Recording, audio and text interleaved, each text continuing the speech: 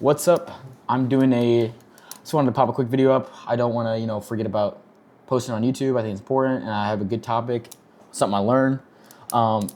So I started wholesaling in roughly like May time of last year. I started wholesaling foreclosures and whatnot. I just wanted to go over rookie mistakes that I made. Like three good rookie mistakes I made that caused me to leave roughly six figures, maybe a little bit more. Maybe a little bit more than 100 grand on the table. I could have made twice as much as I did, but like you learn, and you can never lose taking profit. So I was fine with what I did because you make your money when you buy. But going forward, just looking back to like, oh man, I should have done. I just wanted to go over like a few things that as a wholesaler, if you're watching this or someone who wants to be a wholesaler, just some things that are just like, man, that was so fucking stupid. Like, why did I do that? Why did I do that? And so I just wanted to go over a few of them as someone who started wholesaling, and I'm getting out of it. I'm starting flipping next month-ish because that's when I turn 18. It'll just be a lot easier to do. So let's start off with one. I just have a quick little list right here. Let me bullet point this to like 3 good points or like 4 good points. So we'll do that. Okay. So one thing I want to go over is to listen to people who do what you do. AKA, I'm a wholesaler. I should be listening to wholesalers and investors. That's who I'm selling to. That's who I'm dealing with. When you listen to outside people, like, for instance, in my case, a realtor that says, no, you should do that, not that, or like a family friend or whoever else, don't listen to them. Listen to investors. Listen to people who do what you do. They know the game. They know what they're talking about. Everything else should be noise. As an investor and wholesaler, that's who I should be listening to. I'm thinking of one deal in specific that a realtor friend of mine had come out to the property, had given me some advice on it, and she was like, this is a really bad time to list properties. You might have trouble listing it because this is one I was going to take on and actually just wholesale. So I ended up not doing that and ended up selling it to a friend of mine in Dayton, and I should have netted 50 grand more than I did on the deal. I had it under contract for 100. I ended up selling it for 145, but incurred the cost of lending, and I only ended up with 27 grand. I got it under contract for 100, bought it, sold it for 145, and I netted 27. Closing costs, bunch of bullshit, insurance, taxes, lending. Lender made 10 grand, by the way, in like a month. And that's because I had a realtor over, and she said it was a really bad time to list, and she kind of made me scared. And I even had investor friends that reached out to me like, hey, what should I do with this property? And like, oh, you got to do this, and that. Like, oh, I would have listed it. And I'm like, shit, that same guy who bought it off me for 145 put new carpet in and listed it for 190 and it sold immediately. So hindsight's 2020. I should have made more than 60 grand on that deal, but I didn't. I made 27. So I kind of left 33 grand on the table there. And that's because I was not receptive to who I should have been. I should listen to investors. I should listen to wholesalers, and I didn't. I got scared. I got cold feet, and I listened to people who I shouldn't have listened to. So when you seek advice, and when people, because everybody tells you different things, friends, family, other realtors, other people, and you would think like, oh, realtor in the space. It's like, no, realtors are not investors, realtors are not wholesalers. Go talk to the guys who are wholesaling 5 deals a month and who are flipping 100 houses a year. Let's see what they tell you to do, because they know what they're doing. They're in the same game as you. They will help you. So that was one way that I, kind of fucked up. Number 2 would be not knowing the market. So when I very first started, and you might say, like, Porter, how do you not know your own fucking market? Well, most people are pretty dumb. I low-key was then. I saw a house, and this is just also being naive. I knew the house would be worth $230 when it was all said and done. I had that shit locked up for, I believe, 65. I ended up wholesaling it for 10 grand. Closing costs, and we had to pay someone 15 grand to remove. They had an affidavit on the house. They had another contract. We had to pay another guy 15 grand to remove his contract. So it was another wholesaler. So I could get the deal. I made 10 grand off that deal, and 3 people had that deal under contract. One of the guys had it under contract for another buyer for 135. I had it sold to my buyer for 95. Fuck. I left a lot of money on the table right there. It was my first deal, so it was a learning curve. I had a buyer that was helping me through the process. That deal would have never worked if they were not working with me. If I was just to do it on my own, I would have no idea. I didn't know what an affidavit was. I didn't know that, oh no, we're going to pay this wholesaler off. We can do these terms, how we're going to structure it. I just didn't know. Looking back, I'm like, oh, I could have paid that. I could have double closed. I could have wholesaled it for a lot more. I could have made 20, 30 grand more. That was my first deal. I was learning. So going forward, at the end of the day, it would just be like, okay, in that case scenario, my first deal, what I knew and what I could have done better, consult with other wholesalers, and also just know the numbers. I knew that house needed 30 grand worth of work or less. It was a nice house. I knew the house needed 30 grand worth of work, and I knew it would be worth 230.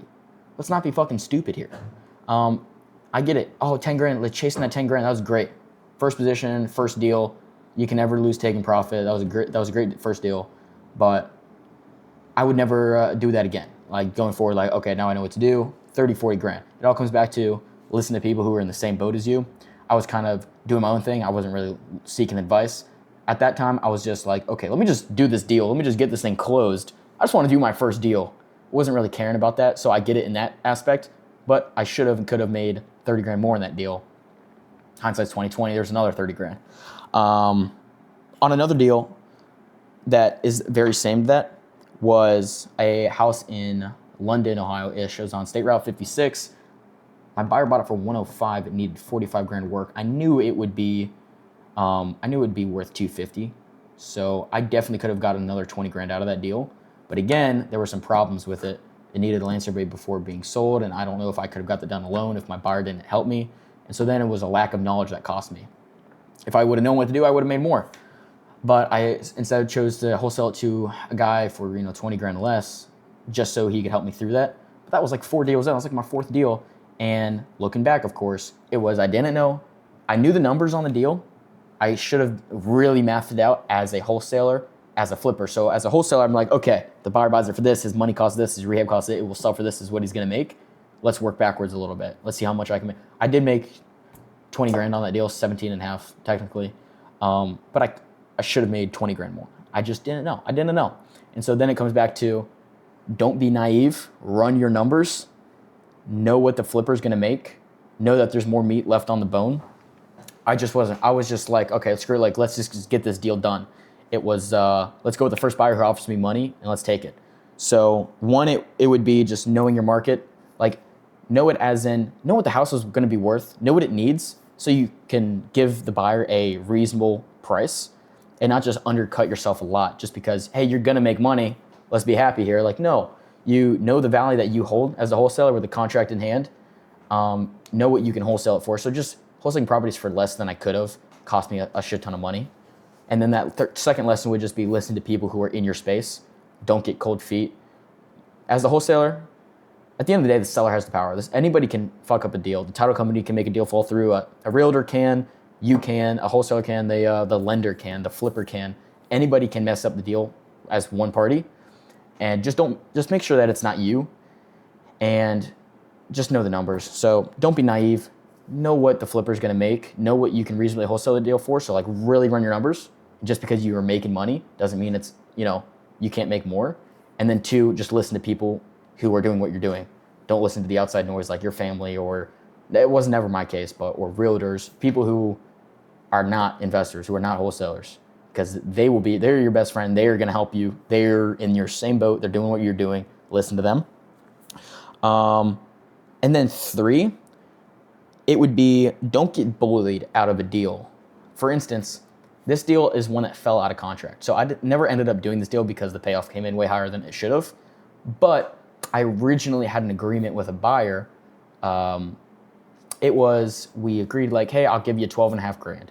No, we'll actually go 30-60 on this deal. So we'll JV on it. And then it came down to like, you know what, like the buyer told me like, hey man, not every deal is a banger. I can give you 5 grand. And it wasn't a big deal. It wasn't a big deal as in I couldn't make a lot of money off it. I knew it. I was okay with that. It's like 5 grand. I told my buyer, okay, 5 grand works. Let's do that. It's okay. I'm happy with that.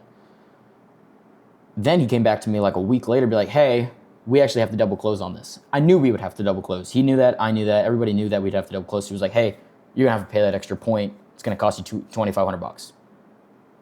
I came back to him like, hey, no. We agreed on this, and then we went to this, and then we went a little lower, and I was okay with that. I was okay with 5 grand. I'm not okay with you coming to me 2 weeks before closing saying, hey, it's going to be, another $2,500 cost. You fix that. It's going to be another $2,500 cost on your end, and you're only going to make $2,500. I called him. I'm like, hey, we are not doing, like, hey, we weren't under contract or anything with the buyer. I was like, hey, I'm not going to do that. Like 2 weeks before closing, you tell the wholesaler, hey, actually, we're going to get a little less. I was like, let me try to find another buyer, man. No hurt feelings. Like, you got to see it from my point of view. I can't just keep going down in price. You're going to cut my wholesale fee in half. You're the first person I reached out to. Like, we're not that. He was very mad. He was very mad. He's like, this is not how you do business, this, and that. And I was like, dude, you're coming back to me 2 weeks before closing saying, I'll cut my wholesale fee down. Like, I'm not cool with that. Like, that's not cool. And I was expecting him to be reasonable because we kept going down in my price and I was okay with it. And then right before closing, it was like, hey, we got to do it. I'm like, let me just message one other person. You were the first buyer I reached out to.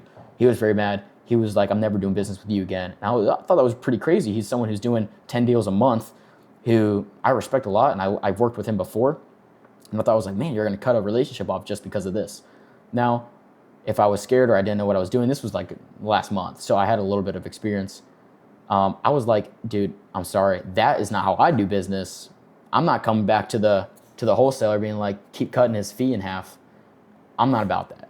So now if I were to just be like, okay, just shake my head and be like, okay, as the wholesaler getting scared or having to like, oh, you're way bigger than me, this is okay. I'm like, no, this is not okay. This is not cool. I ended up calling another buyer. He gave me 10 grand. Deal fell through, remember this, but we did a JV deal and the first guy didn't want to JV with me. I made one more phone call. He was going to JV with me. I would have made roughly 12, 13 grand on that deal. But just retrospect, like, dang, I got a lot more on the second time I was able to get it. I actually did go on a JV contract with him. It was because I didn't want to get bullied out of the situation. I didn't. I was like, hey, that's unreasonable. Absolutely not. Went to the other buyer. He was like, no, that's crazy. Like, I'll do this deal with you. This deal makes sense. And I knew the numbers on the deal.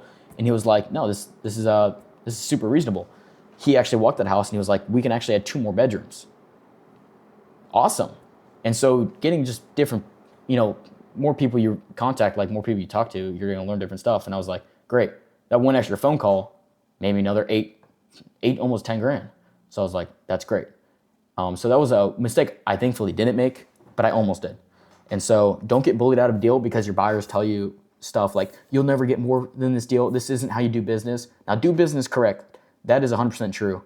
I just felt like the buyer was not doing it right. I just felt like that's a shitty thing to do to a young wholesaler who's just in his first few deals, that you're cutting his commission in half 2 times, and I should just be okay with it. Don't get bullied out of the deal. So don't get bullied out of the deal.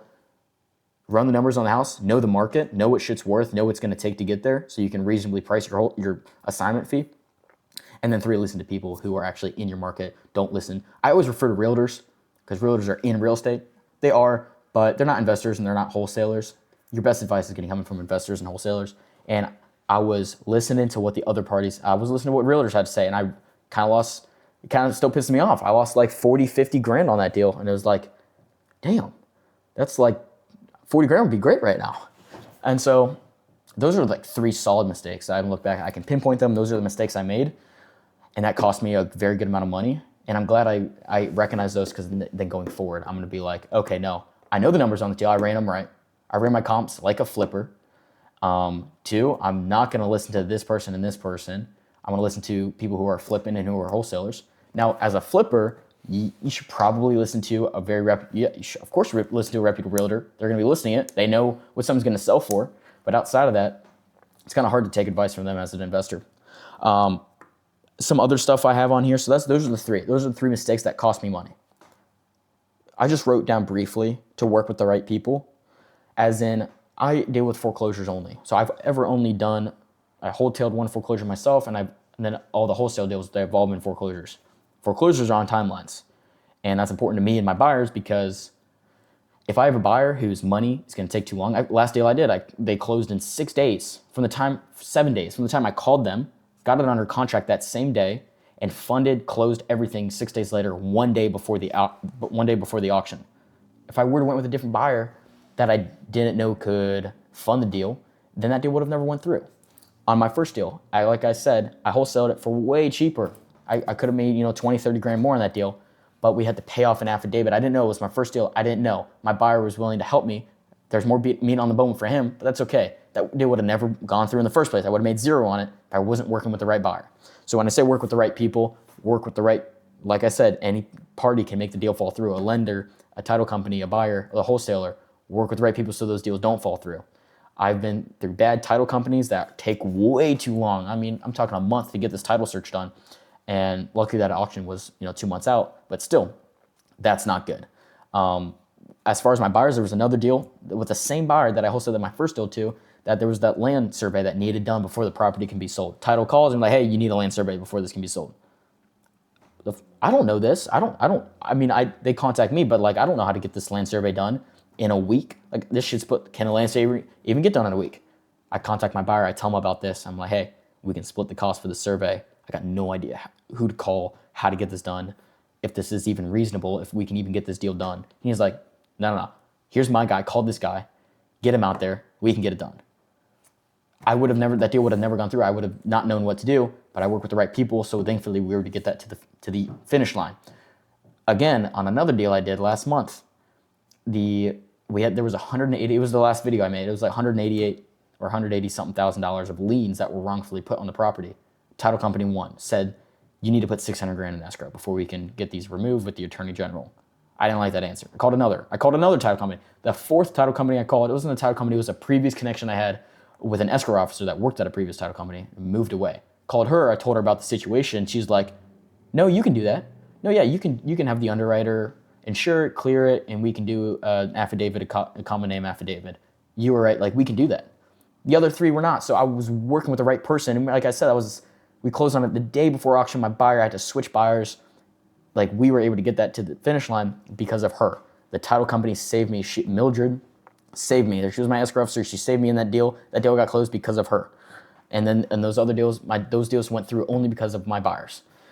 And so working with the right people can cost me a lot of money. And thankfully, I have good connections, and I have people who I can call and be like, hey, how do I deal with this? That's really powerful, and that's why those deals went through. And so, yeah, the three things that cost me money was not knowing the market, not running my numbers correctly, and just being naive and being like, at least I'm making money. Don't have that mindset. You can make a lot more. 2 would be don't get bullied out of a deal because, the buyers, hey, you'll never sell this for 170. You can never get that. This is not how you do business. Is like you have the power of as the wholesaler. You have got the contract, but also if a buyer's not willing, if a buyer's cutting your commission in half 2 weeks before closing, and you're like, let me just call someone else. You were the first phone call I made, and he's like, I'm never working with you again. You don't want that connection anyways. And then 3 would be listen to people who are not in the same boat as you. Like you're over here, you're in a different market, you're a realtor, I'm wholesaling this deal. Like don't have input from that person or from family members. Like if you're a wholesaler, take advice from other wholesalers and investors and your buyers, stuff like that. And then just a good piece of knowledge would just be working with the right people, taking a lesser wholesale fee to get a deal to the finish line, to save that seller from foreclosure and to make something on the deal, not just zero. So yeah, just thought I'd make a quick video because going forward, I'm not going to make those mistakes. And now I know what I can really make on these deals. So yeah, hope this was a good little video. Until next time, don't make those mistakes.